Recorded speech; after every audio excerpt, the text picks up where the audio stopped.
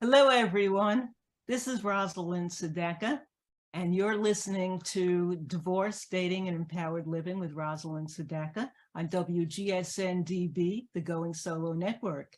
And as you know, every week I introduce you to wonderful, experienced hearing professionals who work in one way or another around people who are divorcing or divorced and have children and want the best for everyone in the family. And that's what we're all about at the Child-Centered Divorce Network.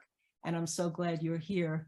And today I'm very excited to introduce you to a couple that I have a great deal of respect for, who's doing work in an area that I haven't talked about previously. When we focus on the Child-Centered Divorce Network, we're talking about people who are preparing to divorce, going through divorce, and then moving on after divorce into co-parenting. But there's another level that happens when you go into co-parenting and you have children, and that is the possibility of moving into a blended family. Blended families are more and more common for people who are formerly divorced because you're meeting someone else who becomes a meaningful partner in your life, and they come with children as you do. And then you have to blend the families together in the best possible way. And Rick and Leisa Olson have been doing that for 30-odd years as a couple who both divorced, met with children, fell in love, and have this extended family. And they're going to tell you how many kids they have and how they've been doing it. So we're going to talk to them. And I'm very, very, very impressed with their message. I know you will be too. So Rick and Leisa, why don't you briefly introduce yourselves and tell us how you became the blended family that are now F.U.S.E coaches? Well, we met way back in 1991, and I had 4 little girls, and Rick had 2 older girls, 10 and 13. And within 4 months, we were married, and our family was blended. And Rick became the everyday dad for my girls. And every other weekend, his girls would come and stay with us, and we were a family of 8. All girls, except me, of course. Yeah, all those girls. Just amazing. What an impressive story. And the fact that you've been doing this for so long and then had the wherewithal to realize that you have been blessed with so much insight and wisdom and understanding about the dynamics involved in creating a blended family, and are willing to share it and help people avoid a lot of the pitfalls. I have great respect for you for doing that.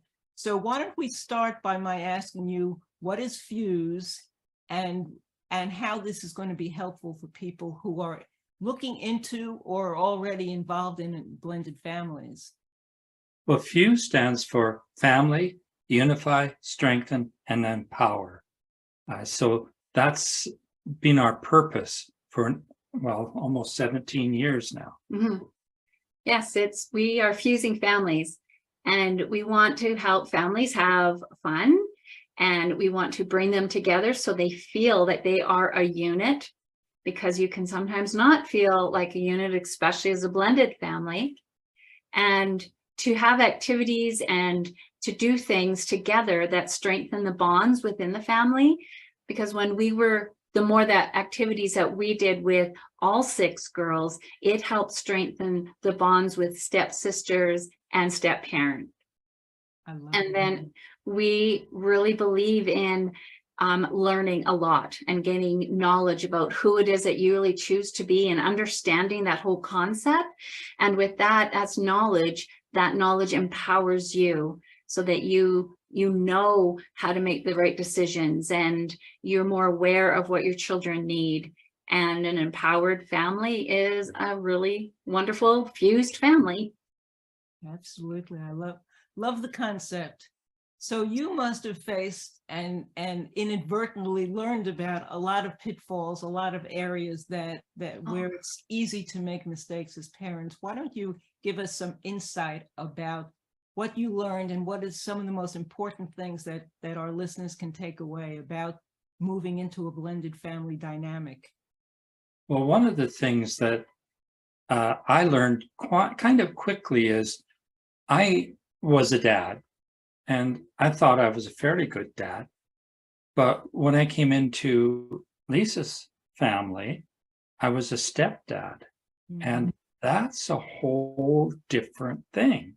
Yeah. Because as a dad, I had this natural ability to be with my daughters, but with hers, I had to stand back a bit and let things develop so that I would be able to interact with them in a more friendly, positive way. So it takes time to do that.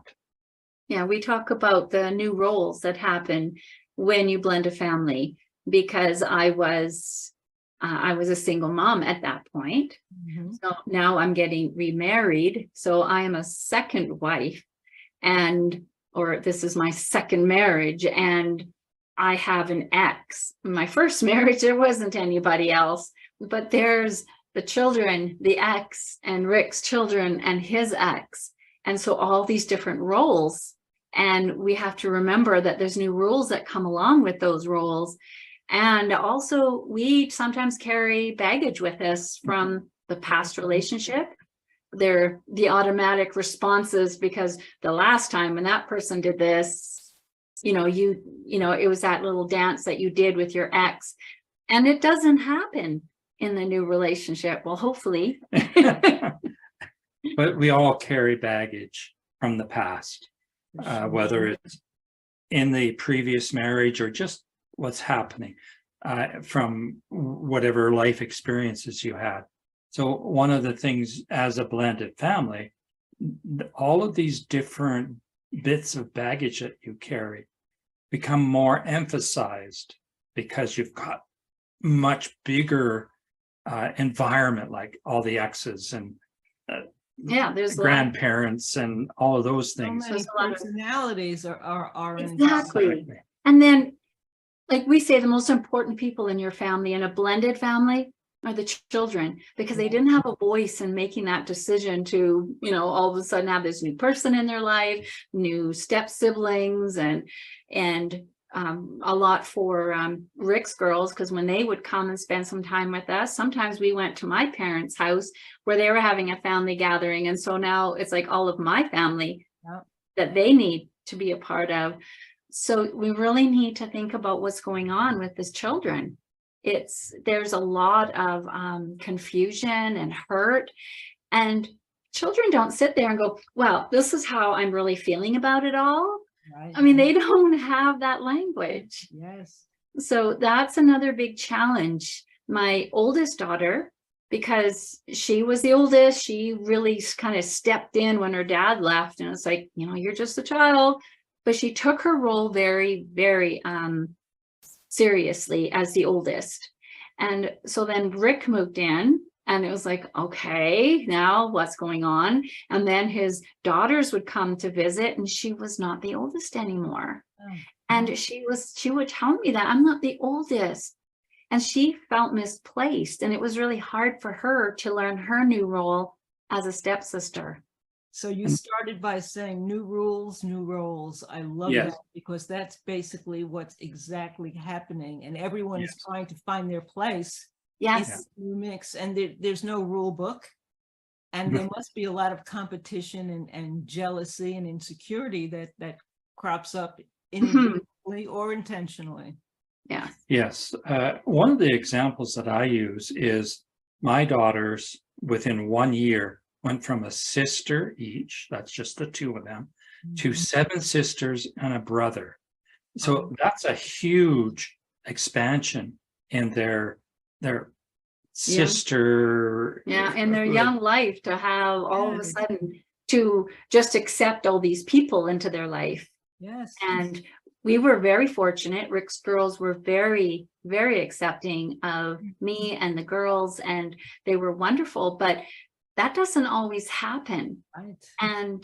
And so there's a lot that you have to cope with. And I think that's why the divorce rate in a second marriage is so high, because there are just so many issues of children having a hard time blending and feeling, where they really do belong. Totally understandably so. And so I imagine you were caught off guard many times by things that happened that you weren't anticipating, you weren't expecting, but they happened. And you had to come up with solutions, the two of you as parents making agreements and then talking to the various children and reassuring them that they're still loved and valued and have a Yes. place in your life. Can you talk a little bit about that? Well, one of the things we did was we had weekly meetings at it's kind of the crucial time in their lives. And these meetings, it was kind of programmed. We had a snack, a story. We read from a book and had a discussion time. And Well, the game. The game.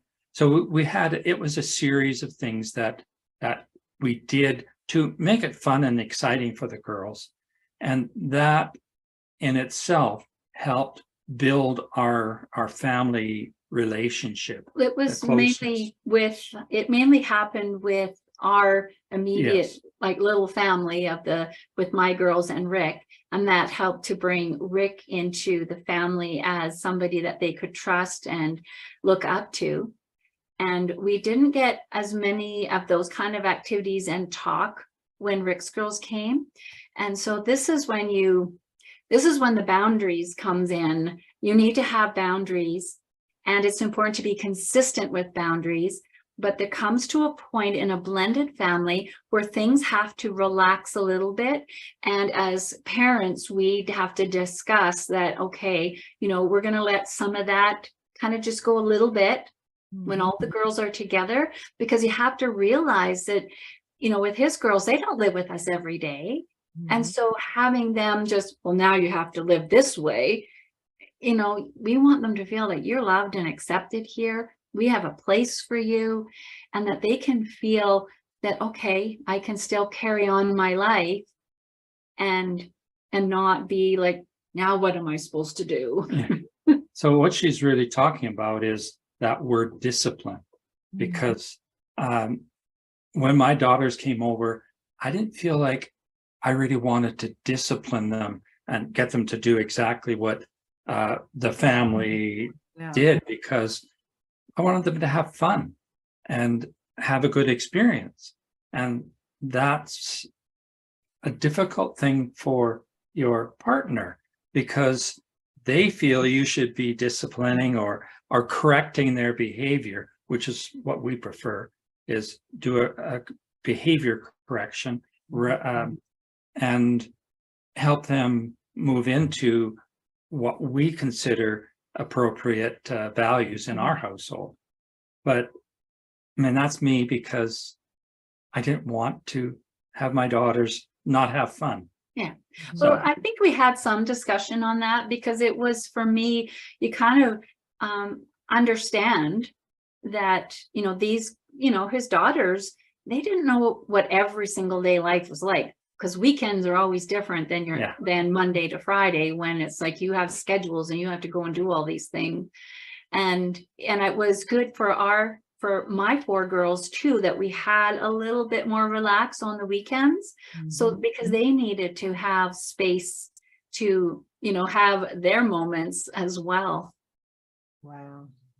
This is a fabulous conversation, and I can imagine that we could go really, really deep into so many issues. I want to take a quick break here because we're going to stop, and this is WGSN-DB, the Going Solo Network, Rosalind Sedacca, and we will be right back.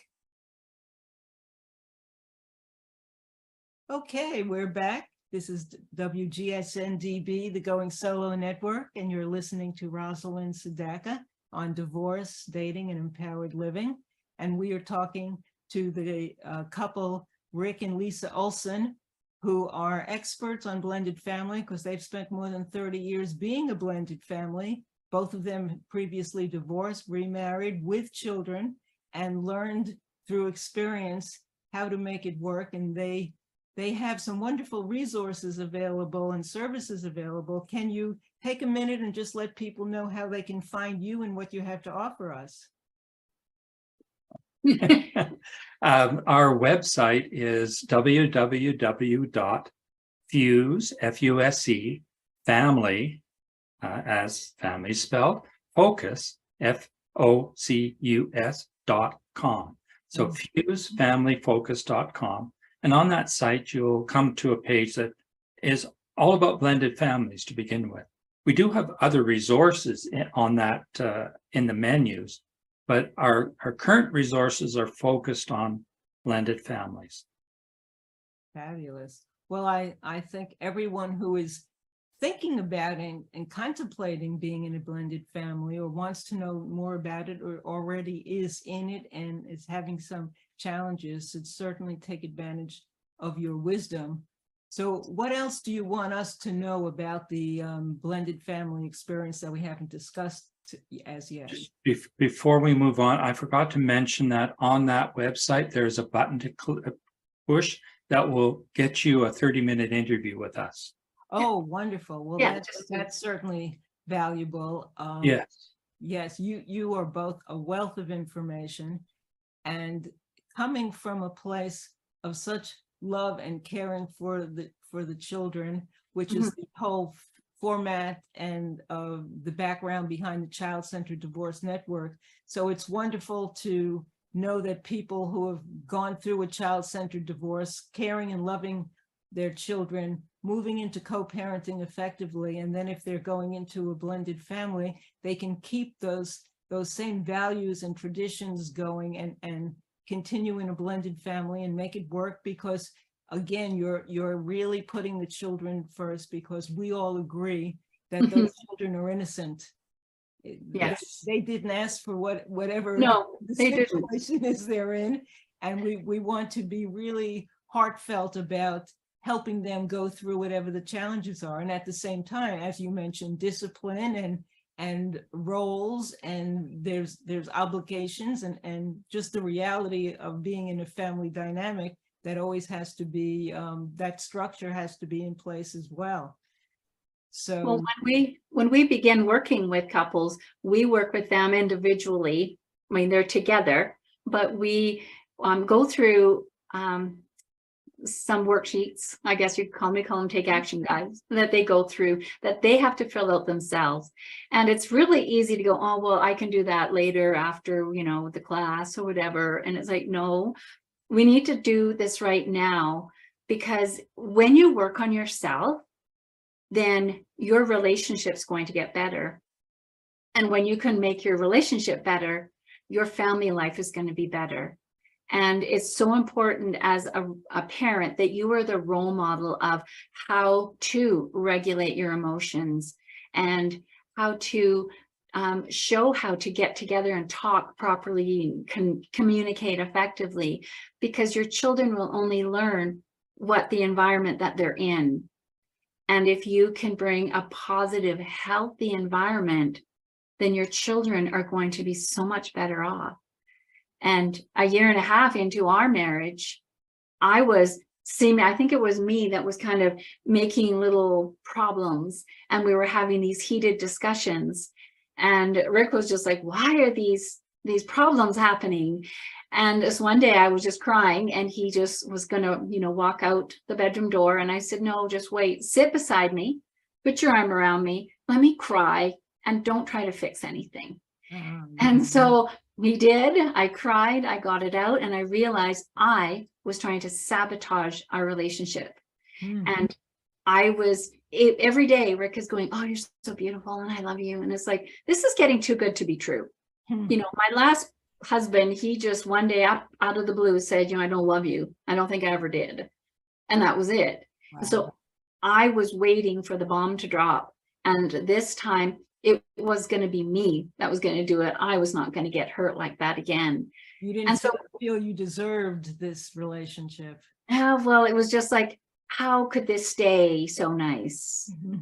He's going to just discover one day that it's way too much. Wow. And once that came out, it just like spilled right out of me. Rick realized what was going on, and he says, I am not him, and you're not going to get rid of me that easy. And so I'm committed to the relationship. And wonderful to hear. So yes, important to hear in any relationship. So you don't always realize you've got the baggage with you. Yes, of And course. that's why when you work on yourself first and learn to understand who it is that you choose to be and how important that really is, makes all the difference. So what happens when children aren't respecting the new spouse that's in the house, the step, and I'm sure there's a lot of testing of limits and boundaries that happen, especially as kids get older. How do you handle that? Well, one of the key things, of course, is communication.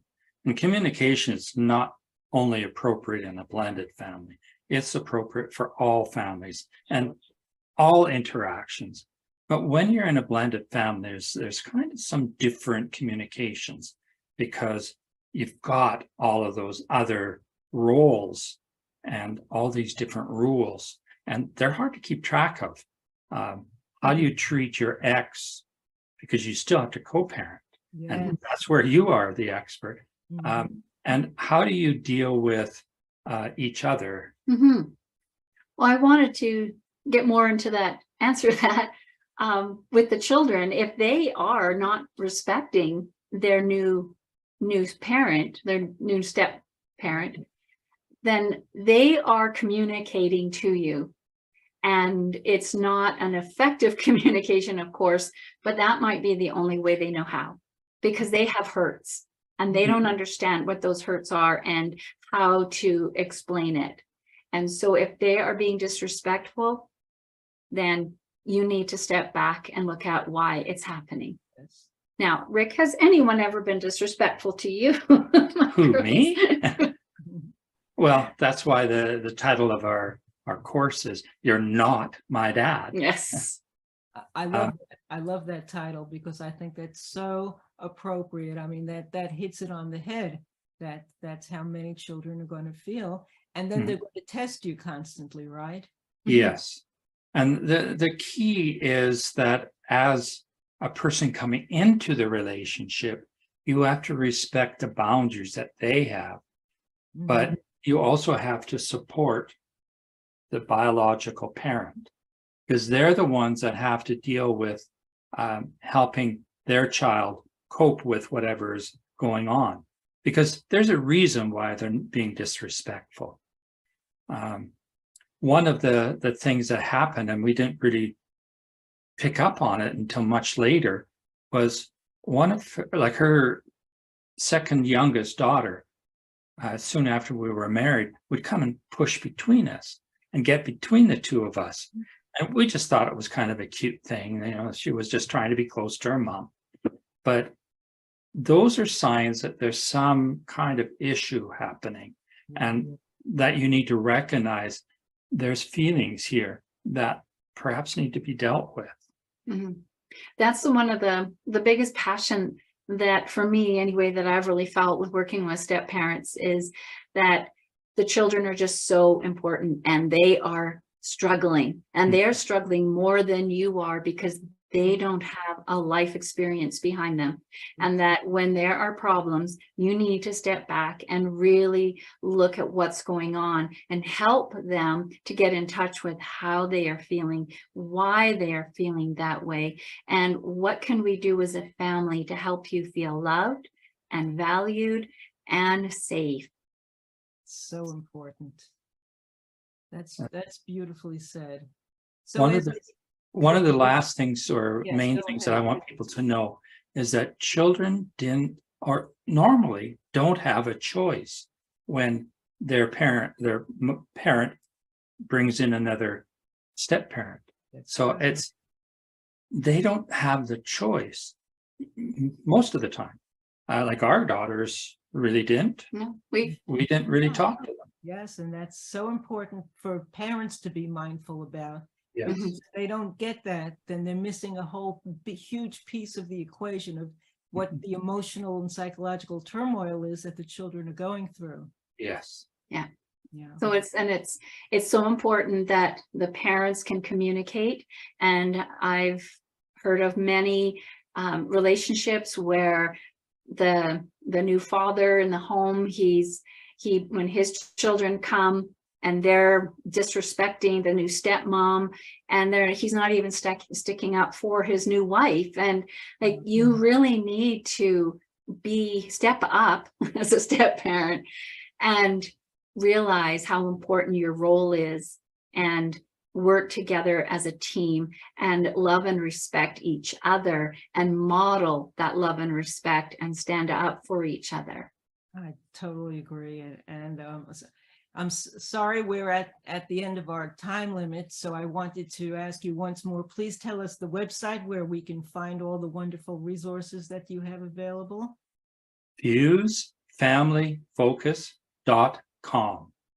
Excellent. Well, it's been a pleasure talking with you. I'd like to talk with you another time and dive deeper into this subject, because it's so important and you're doing wonderful work. So thank you both. Thank Thank you, you. Rosalind. And thank you for being with us again today. This is Rosalind Sedacca with the Child-Centered Divorce Network, and you could find my resources at childcentereddivorce.com, as well as personal one-on-one coaching. And I have a free ebook on the homepage of childcentereddivorce.com. Until next time, this is Rosalind Sedacca at WGSN-DB, the Going Solo Network, Divorce, Dating, and Empowered Living. Wishing you well, and we'll see you again, I hope.